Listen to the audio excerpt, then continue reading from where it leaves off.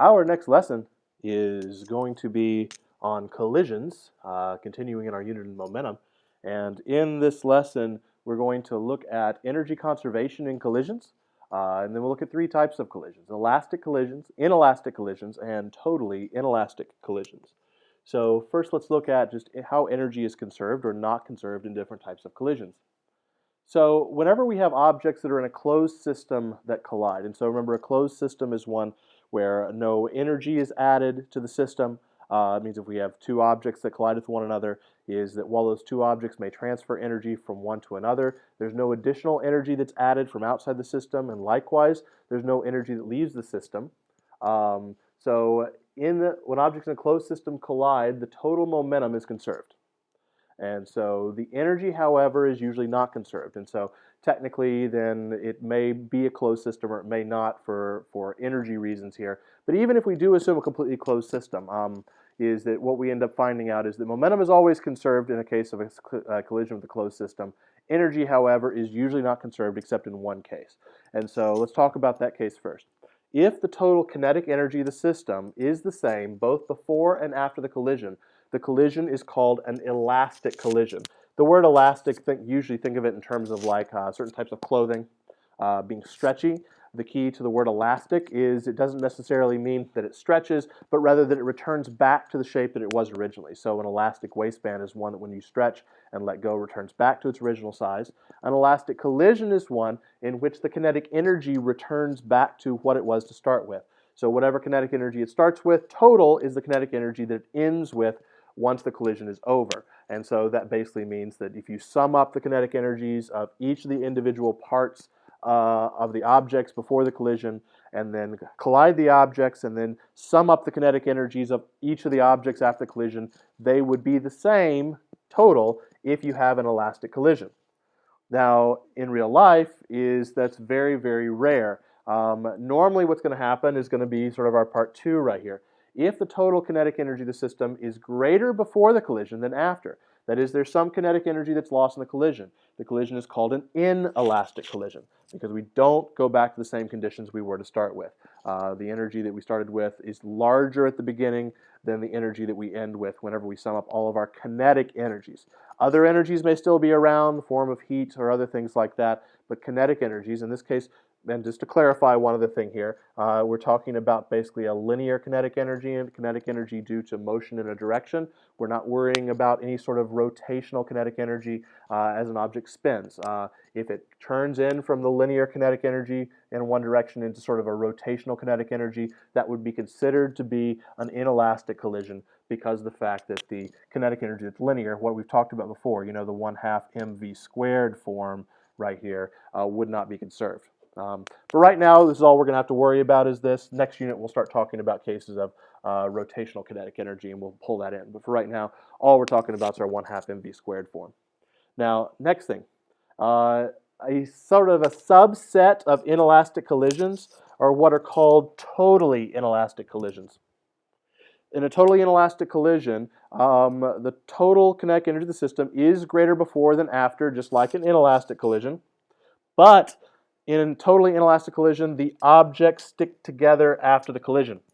And so you have two objects that are basically moving, we'll say one is still going 0, another one is going towards it. They run into each other, and then once they run into each other, they've stuck together. And so in the case they've stuck together, maybe they're moving in some direction afterwards. That would be an example of a totally inelastic collision. Okay. Technically, you could also have a totally inelastic collision in the case of an object that starts off together and then breaks apart, like say an exploding shell. So we have some shell that's full of gunpowder that's moving in some direction, and then the shell explodes, which then shoots out fragments, every which way. And it turns out that, if you were to add up the momentum of your original shell right here and then the momentums of each of the individual ones right here, you'd find those are conserved. You get the same thing here. But because of the fact that this started off as one object here, they were sort of stuck together originally, and they ended up not stuck together afterwards. That's a sort of a different form of totally inelastic collision. But normally we're talking about totally inelastic, that they're not together to start with, but they are stuck together at the end. So let's take a look a little more in detail at some of these types of collisions. And so the first one that we're going to look at is going to be our elastic collision, where the kinetic energy is conserved. And so let me get this erased and we'll get there.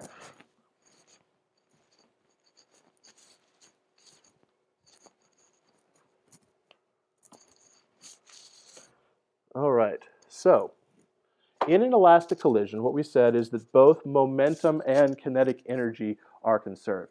And so if we were to write this in equation form, we'd say looking at our momentum first. And so for our momentum right here, we'd say that the momentum of the first object before plus the momentum of the second object before plus the momentum of the third or the fourth or the fifth or however many objects that we have here would equal the momentum of the first object after plus the momentum of the second object after plus the third, fourth, fifth, sixth, however many momentums after. And so that's what happens in a normal collision. Momentum is conserved. But in an elastic collision, the kinetic energies are also conserved. And so the kinetic energy of the first object before plus the kinetic energy of the second object before plus the kinetic energy of the third, fourth, fifth, however many objects you have equals the kinetic energy of the first after plus the kinetic energy of the second after plus the kinetic energy of the third, fourth, fifth. Note this does not necessarily mean the kinetic energy before the collision of one object is equal to the kinetic energy of that same object afterwards. That kinetic energy may transform or may transfer from one object to another, but that the total, the net kinetic energy before and after the collision are the same. And so that's what happens in an elastic collision. This implies something. This implies that in the case of an elastic collision, there's no change in total kinetic energy. It means there is no energy whatsoever changed into other forms. Okay? So normally if you have a collision, you'd expect to say if I have, two balls rolling along the ground, two billiard balls that hit each other, you'll know they hit each other not just by seeing that their velocities change, but you'll also hear it. But sound is a form of energy. That energy was taken from the kinetic energy of the original two objects. And so if you have an elastic collision, then you would hear no sound. Because for there to be sound, then it had some energy, some kinetic energy would have had to been transformed into sound energy. And so that means no sound is produced in a collision. It means that your objects would not be dented or deformed. If you ever have seen a high-speed video of, say, a baseball hitting a bat, you can see that the baseball compresses pretty dramatically, and even the bat has some deformation of its shape. And so that type of thing takes energy. And so the process of doing that typically is one that would, except in the case wherever basically that they were perfectly elastic, that the ball popped back and didn't lose any energy in the process of doing that. Normally, that would be something that isn't going to happen in an elastic collision because the fact energy had to be taken away to do that. Typically, when two objects run into each other, it results in an increase in heat. If you take a hammer and hit a nail with it multiple times, the nail will eventually heat up because of the fact some of the kinetic energy is turning into heat energy. None of this can happen in a truly elastic collision. Because if it's a truly elastic collision, then, as he said, no energy whatsoever is changed into other forms. So, as you can sort of see, this is not likely to happen. In fact, true elastic collisions, typically the only case that you'll find them is if you have atoms that are in a gas that are colliding with one another. And we say atoms, we mean just atoms, things like monatomic gases like helium or neon or argon. If you had something like, say, water, what ends up happening is if you have your water molecule here, it's asymmetric. And so whenever those molecules hit each other, they tend to start rotating. And so when they tend to start rotating, well, that's some form of kinetic energy that's been transformed to another form. And so even water molecules in a gas, in water vapor form, would not be an elastic collision. You're pretty much only stuck with individual atoms in a gas. That's about the only real-world situation where you have a truly elastic collision. The scale that we live on, that are very close to elastic collisions. Usually the classic example are two billiard balls hitting one another. Whenever that happens, because the fact the objects are very rigid, is that even though you can definitely hear them, is if you actually measure that, you'll find that you end up with something that's very, very close to an elastic collision. The amount of energy that's lost is very, very small, and so as a result is that oftentimes we will approximate certain types of collisions as they're elastic because of the fact that any energy that's lost is less than that which we can measure with the instruments that we have available. And so if we were doing a classroom type analysis of two billiard balls striking one another, then we very well might find that it's an elastic collision whenever we measure it to the degree that we can in the classroom. Even though if you really wanted to get super detailed, you'd probably figure out, no, this can't be a truly elastic collision because of the fact that we heard some sound, so therefore it lost some energy from that. But at least to the best of our measurements, we can approximate it as an elastic collision. And that's most of the time we use our elastic collision. What we'll use it for are these approximations. So if it's pretty rare to have elastic collisions, then what are most types of collisions that we're going to run into? Well, it turns out those are the inelastic collision, which is what we'll look at next. So in an inelastic collision, momentum is conserved the same way it is for elastic collisions, but some kinetic energy is lost. And so, we have, as we did before, our momentum equation that was right here. When we look at our kinetic energy equation, what we notice is the kinetic energy before of all the objects added together is going to be greater than the kinetic energy of all the objects summed together afterwards. We have lost energy in the collision, lost kinetic energy in the collision. And so, as I said, the final total kinetic energy is less than the original total because some of the original energy is transferred to other forms like sound or heat or rotation or something along those lines. Most collisions of macroscopic objects that we see are inelastic collisions. In fact, you could probably make a general statement that all collisions that you would see in your personal experience are truly, if you wanted to get down to the 50th decimal place, are going to be inelastic collisions. However, there is a subset of inelastic collisions we'll talk about next that you will see definitely, and so we have to take that into account as well.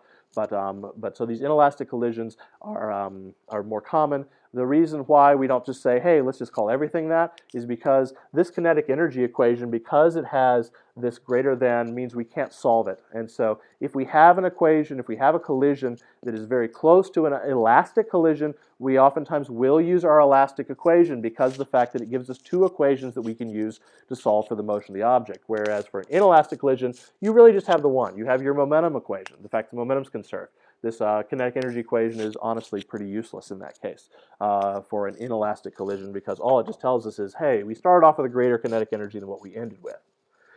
So we said that while, in truly, if we measured everything out, we'd find that the type of collision is always going to be an inelastic collision, but there is this subset of inelastic collisions that is called a totally inelastic collision. And so in a totally inelastic collision, the objects that hit stick together after the collision, okay? So momentum is conserved, same as it was before, but there's a little trick that we can use in this case. What we can do is, in a case of a totally inelastic collision, because they stick together, is we can treat the objects after the collision as a single object, okay? And so looking at our momentum equation down here, we said, okay, the momentum of the first object plus the momentum of the second object plus the momentum of the third, all the way out to however many objects we have here, added up in a totally inelastic collision would equal one object momentum. And this one object would be the sum of all of them. So, if I had a 1 kilogram and a 2 kilogram object that run into each other in a totally inelastic collision, then we would basically say, hey, let's just treat this as one 3 kilogram object that's going to be moving here. Because if they're stuck together, then they're going to be moving together as well. They'll have the same velocity. And so because they have the same velocity and we sort of put them together here, that's the reason why we can say, hey, let's treat this as just one object right here with one momentum. And that will make our solution a little bit easier sometimes. And so that's the reason why understanding if you have a totally inelastic collision is nice. Kinetic energy, as we said, works the same way as it does for an inelastic collision because a totally inelastic collision is a type of inelastic collision, which means the total kinetic energy before is greater than total kinetic energy afterwards. That is, some energy is lost, some kinetic energy is lost in the collision. So what we want to do, as we said, to treat the objects as a single object after the collision, we want to consider the combined object have the sum of the original object's masses and the velocity that they both will have because they'll have the same velocity because they're stuck together. Okay, so we just sum it up, and so if we had 5 objects that all somehow managed to collide and all stick together, then we would basically sum up all the masses of all 5 objects and use that as our mass afterwards times whatever velocity it has afterwards. So let's try some applications, see if we could use this to figure out what type of collision we have. So let's see. All right. So let's try an example here. Suppose a 15 kilogram block moving at 0.225 meters per second slides into a 30 kilogram block moving at 0.18 meters per second in the opposite direction. After the collision, the lighter block is knocked backwards at 0.315 meters per second. What type of collision is this? So let's sketch out our original situation. So we have a 15 kilogram block. So let's say here's our 15 kilogram block. The 15 kilogram block is moving at 0.225. And so let's say that it is going in this direction at 0.225 meters per second. Then we have our 30 kilogram block, which is, it says moving in the opposite direction. And so here is our 30 kilogram block moving in the opposite direction with a speed of 0.180, so 0.180. All right, and then it says that after the collision, and so this original setup is going to be our before, and then if we look at our after the collision situation here, that afterwards what's happening is that we have our 15 kilogram object, it says, is knocked backwards at 0.315, and so it was moving to the right, now it would be moving to the left in the way we set this up, and moving backwards at 0.315 meters per second. That's a 3. And then the other block, well, it doesn't tell us. And so our other block, which is still 30 kilograms, we don't know which direction it's going. We don't know its magnitude of speed either, so question mark on that one. And the question is, what type of collision is this? Well, you know, our first place to look probably would to say, hey, if this is a totally inelastic collision, they're stuck together. And so that's usually the first one you can identify if it's obvious here. But since we don't know how fast the 30 is going afterwards, we don't know. If the 30 ends up having a speed of 0.315 to the left, then we would say this is a totally inelastic because they're stuck together. If it's any other speed, then we say it's either going to be an elastic collision or an elastic collision or an inelastic collision.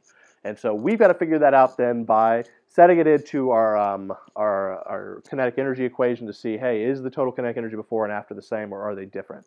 And so that's going to be our general setup here. So first goal is, can we find the velocity of the 30 kilogram block afterwards? And so to do that, we know that in all three cases that the momentum is conserved. And so what we'll do is we'll set up our momentum equation and see what we can do with that. First, though, we need to figure out where positive is. Well, looking at the three situations we know, I'd say let's go ahead and say in the leftward direction is going to be positive because we have two boxes that are moving left. We only have one that's moving right. We don't know where the 30 is going to end up afterwards. So let's just call leftward positive. We could call rightward positive, but it's arbitrary, so we'll just call left. And as long as we're consistent, we're okay.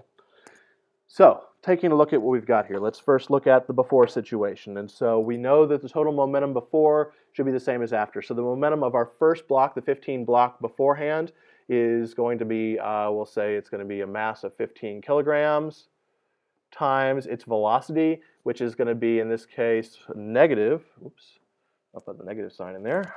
It's going to be negative 0.225. Has to be negative because of the fact that we said positive is to the left and it's moving to the right. And so that plus the momentum of the second block, which is going to be its mass, 30 times its velocity, which is 0.180.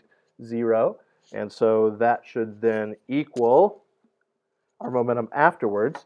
And so the momentum afterwards would be the 15 of the first block times its velocity, which is going to be 0.31, that's a 315, because it's moving in the positive direction, plus the momentum of the second block, which is going to be its mass, which is 30, times its velocity, which we don't know. So we'll just say 30v. So in solving this forward, let's go ahead and do some math on this. So 15 times 0.225, negative 0.225 is, let's see, negative 3.375. Plus 30 times 0.180 is 5.4. And then this should equal our momentum afterwards. So 15 times 0.315 is 4.725. 4.725 plus 30v, because we don't know that here. We'll just go ahead and subtract off our 4.725 from both sides. 4.725 from both sides. And once we do that, we'll just give a quick pause here. My computer seems to be out of juice, so give me a second. So we'd say that we have negative 3.375 plus 5.4 minus 4.75. So we can do this to get negative 2.7. And so negative 2, that's a 2.7, should be equal to, on the other side, we have 30V right here. Just divide both sides by negative 2.7, negative 2.7. And so we get for this that the velocity of our second object right here should be, doing that math, equal to negative 0.09. So negative 0.09 meters per second. All right, so first thing, can we eliminate any of our types of collision right here? Well, considering the fact that our object is, we figured out, moving in a negative direction, which is this way, 0.09 meters per second. It's moving in opposite direction than the 15, so they're definitely not stuck together. And so that means we can eliminate totally inelastic.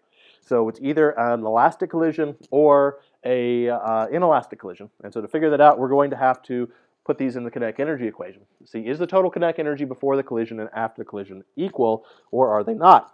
So let's find the kinetic energy of our first object, the 15. So for that guy, it's 1/2 mv squared would give us kinetic energy. So 1/2 times 15 kilograms times the velocity, which is 0.225 squared, plus the kinetic energy of our second object. So that'll be 1/2 m, which is 30, times the velocity squared, which is 0.180 squared. Note that I didn't have to put directions on those two because of the fact we're going to square them. And so it doesn't matter that the 0.225 is negative, because squaring negative 0.225 is the same as squaring positive 0.225. So then we'll go ahead and finish this out, and then equals the kinetic energy afterwards of our 15. So that would be 1/2 times 15 times its velocity, which is 0.31315 squared, plus our last object, the 30. So 1/2 times 30 times 0.09, I believe it was right, 0.09 squared. All right, so if this equation is true, then this would be an elastic collision. If it is false, if the before is greater than the after, then it would mean it's an inelastic collision. And for some reason, if it turns out that the after is bigger than the before, it means this is a physically impossible situation, or it means it's not a closed system. Somehow someone added energy to the system, which is normally not something we're going to run into here. So adding these up, let's see, 1/2 times 15 times 0.225 squared, let's see, is 0.3796.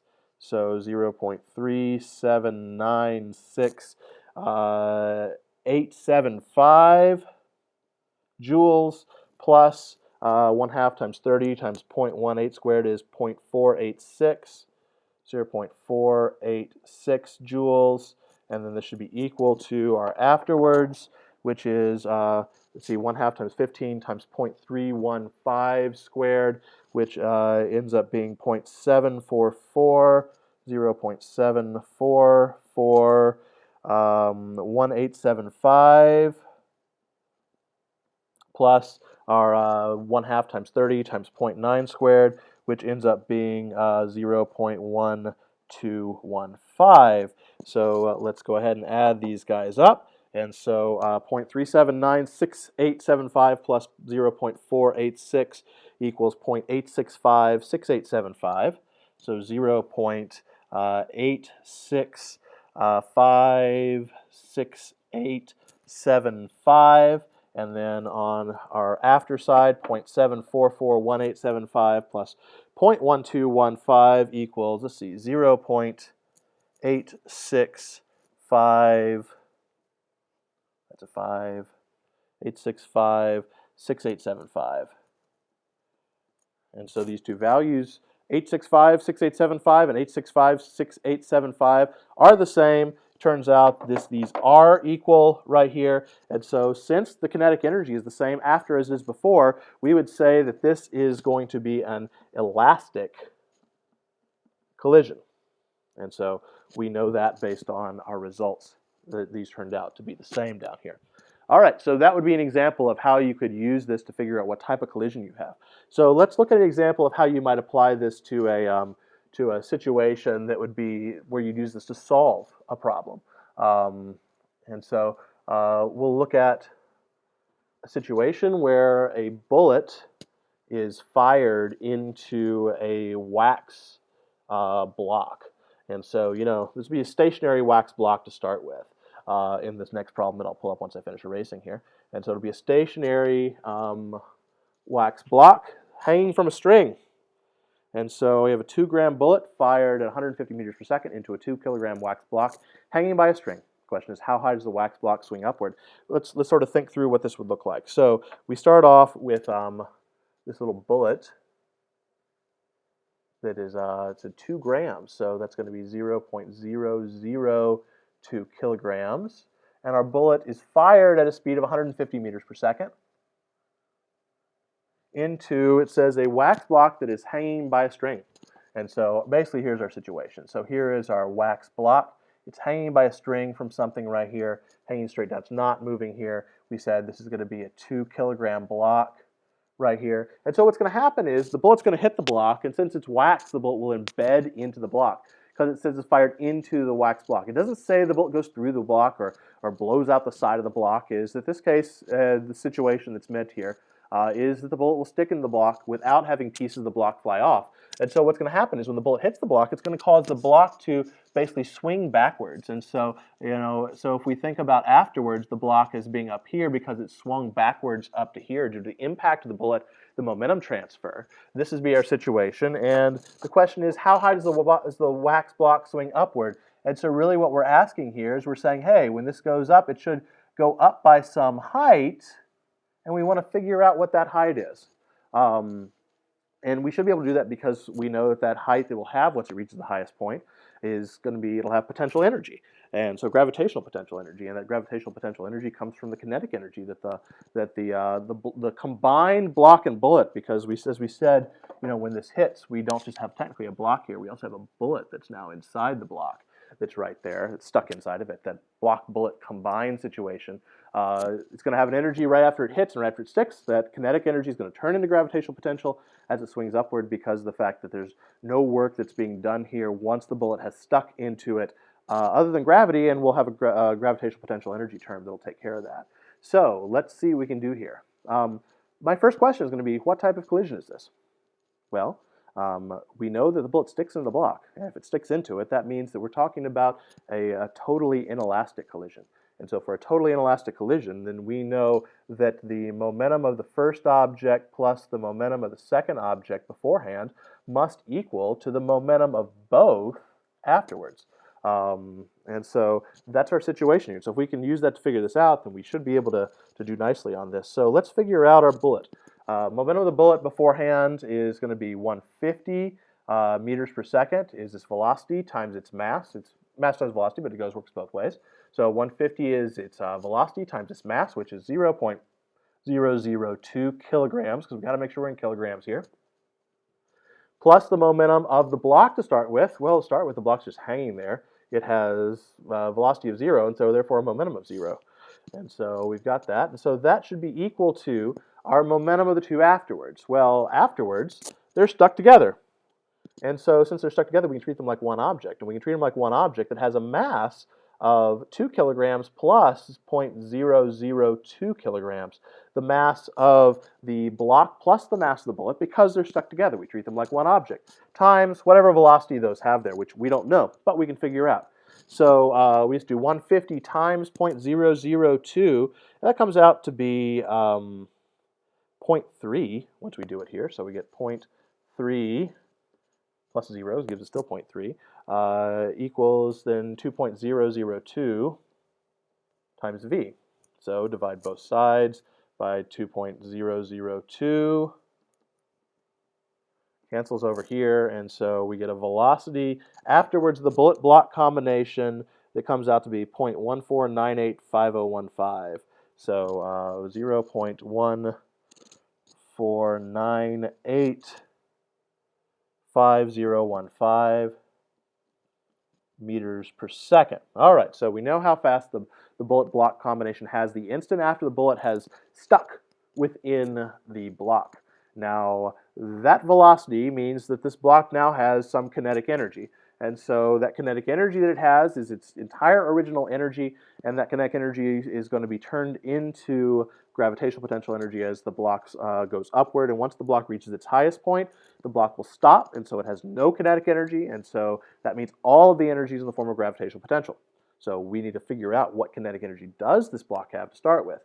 Now, note that what we're saying here is we're talking about the kinetic energy going from kinetic to gravitational potential after the collision is over.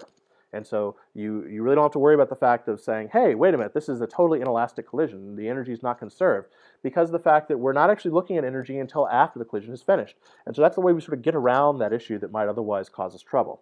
So let's take a look. So looking at our kinetic energy to start with, it'll be 1/2 mv squared. Well, afterwards, we have a combination, right? So it's 2.002 kilograms is going to be our mass times our velocity we just figured out, which is 0.14985015 squared, meters per second squared. All right, and so that should be our kinetic energy. And so then the kinetic energy here is, once we solve that out, equal to 0.0224, oops, sorry, that's a 7. Should be a 7. 2477522 joules. All right, so we figured out the kinetic energy it has. This is at this point right here, right after the bullet has connected into it, but it hasn't swung up any yet. And so this is going to turn into gravitational potential energy. And so gravitational potential energy, we know the equation for that, GPE is equal to mgh. So we know the gravitational potential energy. That's going to be our 0.022477,